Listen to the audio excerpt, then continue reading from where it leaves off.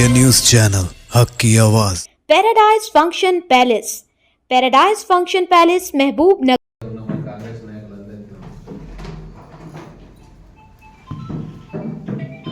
మహబూబ్ నగర్ జిల్లా అంటే కల్వకుంట్ల కుటుంబానికి ఎంత ద్వేషమో పదే పదే మళ్ళీ మనకు అర్థమవుతా ఉంది. గతంలో కేసీఆర్ గారిని గెలిపించినందుకు ముఖ్యమంత్రి అయిన తర్వాత కూడా ఏ ఒక్క ఇండస్ట్రీ కానీ ఏ ఒక్క ప్రాజెక్ట్ కానీ పూర్తి చేయలే. ఆ రోజు పాలమూరు రంగారెడ్డి కాళేశ్వరం ప్రాజెక్టు కంటే ముందు అనుమతులు వచ్చినాయి, స్టార్ట్ అయింది. దాన్ని కిరికిరి చేసి భూసేకరణ జరపకుండా, నిధులు కేటాయించకుండా, ప్రాజెక్టు డిజైన్ మొత్తం మార్చి ఇంకా ప్రాజెక్టు పూర్తి కాకుండా మధ్యలో నిలిపేసింది. గతంలో మొదలైన ప్రాజెక్టు పూర్తి చేయకుండా అన్నింటినీ కూడా మధ్యలో ఆపేది. అదే ఉత్తర తెలంగాణ జిల్లాలో మెదక్, కరీంనగర్కు కాళేశ్వరం ప్రాజెక్టు పేరు మీద లక్షల ఎకరాలను సాగులోకి తీసుకొచ్చే ప్రయత్నం 1,00,000 కోట్ల రూపాయలతో చేసింది. మళ్ళీ ఇప్పుడు లేక మహబూబ్ నగర్ జిల్లా, ఉమ్మడి మహబూబ్ నగర్ జిల్లాలోని వెనుకబడిన ప్రాంతమైన కొడంగల్ ప్రాంతంలో ఒక ఇండస్ట్రియల్ ఏరియాను తయారు చేద్దాము, వలసలు పోతున్న కొడంగల్ ప్రజలు, నారాయణపేట ప్రజలకు ఇక్కడనే ఉపాధి కల్పిద్దామని చెప్పి ఇండస్ట్రీస్ తీసుకొచ్చే ప్రయత్నానికి భూసేకరణ చేస్తుంటే ఏమిటికేమి కాలేదు. దాన్ని అడ్డుకొని రాష్ట్ర వ్యాప్తంగా ఒక పెద్ద ఇష్యూగా క్రియేట్ చేసి మహబూబ్ నగర్ అభివృద్ధిని అడ్డుకునే ప్రయత్నం చేస్తాం. ఈరోజు మహబూబ్ నగర్ జిల్లా ప్రజలకు స్పష్టంగా గణాంకాలతో సహా చెప్పదలుచుకున్న మీడియా మిత్రులు కూడా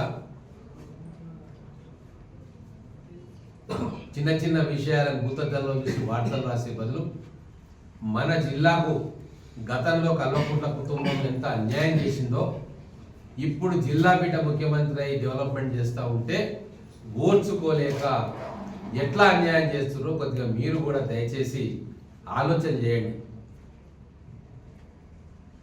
సిరిసిల్ల, మెదక్ 45 కిలోమీటర్ల దూరంలో ఉన్న 2 నగరాలు. వీళ్ళు అధికారంలోకి వచ్చిన తర్వాత బావ ఒక దిక్కు, బావమరిది ఒక దిక్కు. మొత్తం ఆ ఏరియా సిరిసిల్ల క్లస్టర్, సిద్దిపేట క్లస్టర్ను ఏర్పాటు చేసుకొని కొన్ని వందల పరిశ్రమలను అక్కడ పెట్టుకున్నాడు. 1,00,000 మందికి ఉపాధి అవకాశాలు కల్పించారు. అక్కడ ఆ ప్రాంతంలో 1,00,000 ఉద్యోగాల కల్పన చేశారు. మరి అక్కడ ఇండస్ట్రీస్ రాలేదా? ఇండస్ట్రీస్ అక్కడ గాల్లో నిర్మాణం అయినాయా, లేకుంటే వీళ్ళ భూములలో నిర్మాణం అయినాయా?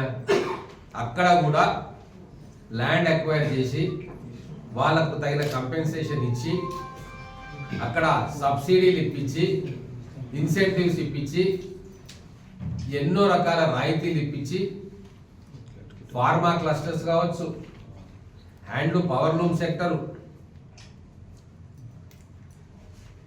సోలార్ పవర్ వచ్చే కంపెనీలు, జిన్నింగ్ స్పిన్నింగ్ మిల్స్, అపరెల్ పార్కులు, ఫుడ్ ప్రాసెసింగ్ పార్కులు, గ్రనైట్ కట్టింగ్ అండ్ పాలిషింగ్ కంపెనీలు, ఇవన్నీ కూడా ఆ 2 పట్టణాల మధ్యలో ఏర్పాటు చేసి 1,00,000 మందికి ఉద్యోగాలు ఇప్పించి, మరి మహబూబ్ నగర్ ఏం పాపం చేసుకుంది కేటీఆర్? లేక ఒక వెనుకబడిన ప్రాంతంలో ఇండస్ట్రీస్ తీసుకొద్దాము అని చెప్తే దాన్ని కుట్రలు చేసి, కలెక్టర్ల మీద దాడులు చేసి, లేనిపోనివన్నీ నూరు పోసి అమాయకమైన గిరిజన ప్రజలు కొందరు 1-2 కుటుంబాలను రెచ్చగొట్టి ఈరోజు కలెక్టర్ మీద హత్యా ప్రయత్నం చేసి ఒక పెద్ద ఇష్యూ చేద్దామని చెప్పి నువ్వు ఏదైతే కుట్రలు పనినావో, మొత్తం మహబూబ్ నగర్ జిల్లా ప్రజలందరూ కూడా తూస్ అని అనుకుంటున్నారు నీ మీద. కేవలం ఈ కేటీఆర్ అనే వ్యక్తి అధికారంలో ఉన్నప్పుడు ప్రతి ఏటా బతుకమ్మ చీరలని చెప్పి కేసీఆర్ కిట్స్ అని చెప్పి ప్రతి సంవత్సరము 500 కోట్ల రూపాయల ఆర్డర్లు కేవలం సిరిసిల్ల ప్రజానికానికి అక్కడ ఉన్న ఇండస్ట్రీస్ కావచ్చు అక్కడ ఉన్న ప్రజలకు ఇచ్చిండు. 500 కోట్ల రూపాయలు ఏటా 10 సంవత్సరాలు ఆ సిరిసిల్లకు ఇచ్చిండు. ఇచ్చుకో సిరిసిల్లకు మేమేం కాదనిలే ఆ రోజు. కానీ ఈరోజు ఇంకా ఏమిటికేం కాలేదు. అంటే ల్యాండ్ అక్విజిషన్ చేసుకున్న తర్వాత దాన్ని డెవలప్మెంట్ చేసి పరిశ్రమలను పిలుచుకొని పరిశ్రమలు పెడితే కొద్ది గొప్ప అక్కడ ఉద్యోగాలు వస్తాయి, భూముల రేట్లు పెరుగుతాయి, మౌలిక సదుపాయాలు వస్తాయి అని చెప్పి మహబూబ్ నగర్ జిల్లాలోనే అత్యంత వెనుకబడిన ప్రాంతంగా ఉన్న కొడంగల్ ఏరియాను ఎంచుకొని అక్కడ మొదటి అడుగు వేసినామో లేదో గగ్గోలు పెడతా ఉన్నాడు కేటీఆర్. ఎందుకయ్యా మా మహబూబ్ నగర్ మీద ఇంత కసి నీకు? మీ నాయనని ఇక్కడనే గెలిపించినాం కదా, కరీంనగర్ తరిమేస్తే ఎంపీగా ఇక్కడ చేసుకున్నాం. ఆ రోజు నేను ఎంపీగా గెలిపించకుండా ఉంటే నేనే అధ్యక్షుడిని, జిల్లా అధ్యక్షుడిని, మేమే కనుక నిలబడి మీ నాయనని గెలిపించకుంటే ఈరోజు మీరు అడుక్కొని తింటుండే. రాజకీయ భిక్ష పెట్టింది మా మహబూబ్ నగర్. అయినా సరే కక్ష కట్టినాం మహబూబ్ నగర్ మీద. ఎందుకు? 12 సీట్లు ఇచ్చి మా మహబూబ్ నగర్ బిడ్డను ముఖ్యమంత్రి చేసినందుక. ఈ రోజు ఒక్క సంవత్సరంలోనే ఎన్ని డెవలప్మెంట్ వర్క్స్ ఈ మహబూబ్ నగర్ లో జరుగుతా ఉన్నాయి. ఒక్కసారి మహబూబ్ నగర్ ప్రజలు, మీడియా మిత్రులు కళ్ళు తెరిచి ఆలోచించుకోమంటున్నాను నేను. కొడంగల్ గుజ్గిలో ఇంజనీరింగ్ కాలేజ్ 75 సంవత్సరాల లేదు. వెటర్నరీ కాలేజ్ 75 సంవత్సరాల రాలే. అగ్రికల్చర్ యూనివర్సిటీకి సంబంధించిన అగ్రికల్చర్ కాలేజ్ 75 సంవత్సరాల్లో రాలే. ఇక్కడ మహబూబ్ నగర్ పాలమూరు యూనివర్సిటీలో law college, engineering college, skill development university భాగం ఇక్కడ. అడ్వాన్స్డ్ ట్రైనింగ్ సెంటర్స్, దేవరకథలో ఒక డిగ్రీ కాలేజు, స్పోర్ట్స్ యూనివర్సిటీ కోసం స్పోర్ట్స్ కాంప్లెక్స్ కూడా చర్చలలో ప్రపోజ్ చేస్తూ ఉన్నాం. ఒక IIIT తీసుకురావడానికి ప్రయత్నం చేస్తూ ఉన్నాం. 75 సంవత్సరాల్లో కోల్పోయిన అభివృద్ధిని మళ్ళీ మన బిడ్డ ముఖ్యమంత్రిగా ఉన్నందుకు ఈ ప్రాంతాన్ని అభివృద్ధి చేసుకోవాలని చెప్పి ముఖ్యమంత్రి గారు, ఎమ్మెల్యేలు, రాజకీయాలన్నీ పక్కన పెట్టి కేంద్రంలో ఉన్న బీజేపీ నాయకులను కూడా అభివృద్ధిలో భాగస్వామ్యం చేసి నిధులు తీసుకురావాలన్న తాపత్రయంతో ఈరోజు మా జిల్లా కోసం, మా జిల్లా కోల్పోయిన ఇన్ని సంవత్సరాలు కోల్పోయిన ఉపాధి కావచ్చు, పరిశ్రమలు కావచ్చు, మళ్ళీ ఒకసారి తీసుకురావాలి అని చెప్పి మేమందరం ప్రయత్నం చేస్తుంటే కనీసం ఒక్క పూట కూడా తిననీకే అర్హత లేనట్టుగా కేటీఆర్ అనేటోడు రాక్షసంగా మా మహబూబ్ నగర్ ప్రజల మీద పడ్డాడు. ఈరోజు జడ్చర్లలో ఆ రోజు మీ అందరికీ తెలుసు, పోలేపల్లి SEZ ఈ రోజు ఏదైతుందో ఆ రోజు ప్రజల్లో ప్రతిఘటన వచ్చింది. నేనే ఇక్కడ TRS జిల్లా అధ్యక్షుడిని, మహాకూటమి తరఫున CPI నాయకులను, CPM నాయకులను, చంద్రబాబు నాయుడు గారిని, KCR గారిని, అనేక ప్రజా సంఘాలను కూడా జమ చేసి పోలేపల్లి సెచ్లో మీటింగ్ పెట్టించిన. అక్కడ కంపెన్సేషన్ మాకు రావాలి, మీరు ఇచ్చే కంపెన్సేషన్ చాలా తక్కువ ఉంది అని చెప్పి ప్రజల తరఫున కొట్లాడిన తప్ప ఎక్కడ కూడా అధికారుల మీద కానీ లేకుంటే వచ్చే ఇండస్ట్రీస్ రావద్దని కానీ ఏ రోజు కూడా బాధ్యతారహితంగా ప్రవర్తించలే. ఆ రోజు మేము మా రైతులను కాపాడుకోవాలి, వాళ్ళకు బెస్ట్ R&R ప్యాకేజీలు ఇచ్చుకోవాలి, ఆ రైతు బిడ్డలు, భూమి కోల్పోయిన వాళ్ళందరికీ కూడా ఆ సెజ్లో ఉద్యోగాలు రావాలి అని చెప్పి ఒక పాజిటివ్ దృక్పథంతో ఆ రోజు ఇక్కడ ఈ జిల్లా నాయకులు అందరం కూడా ఏ పార్టీ అయినా సరే కలిసిమెలిసి ఈరోజు ఆ జడ్చర్ల సెజ్ కోసం మేమందరం కూడా ప్రయత్నం చేసినాం.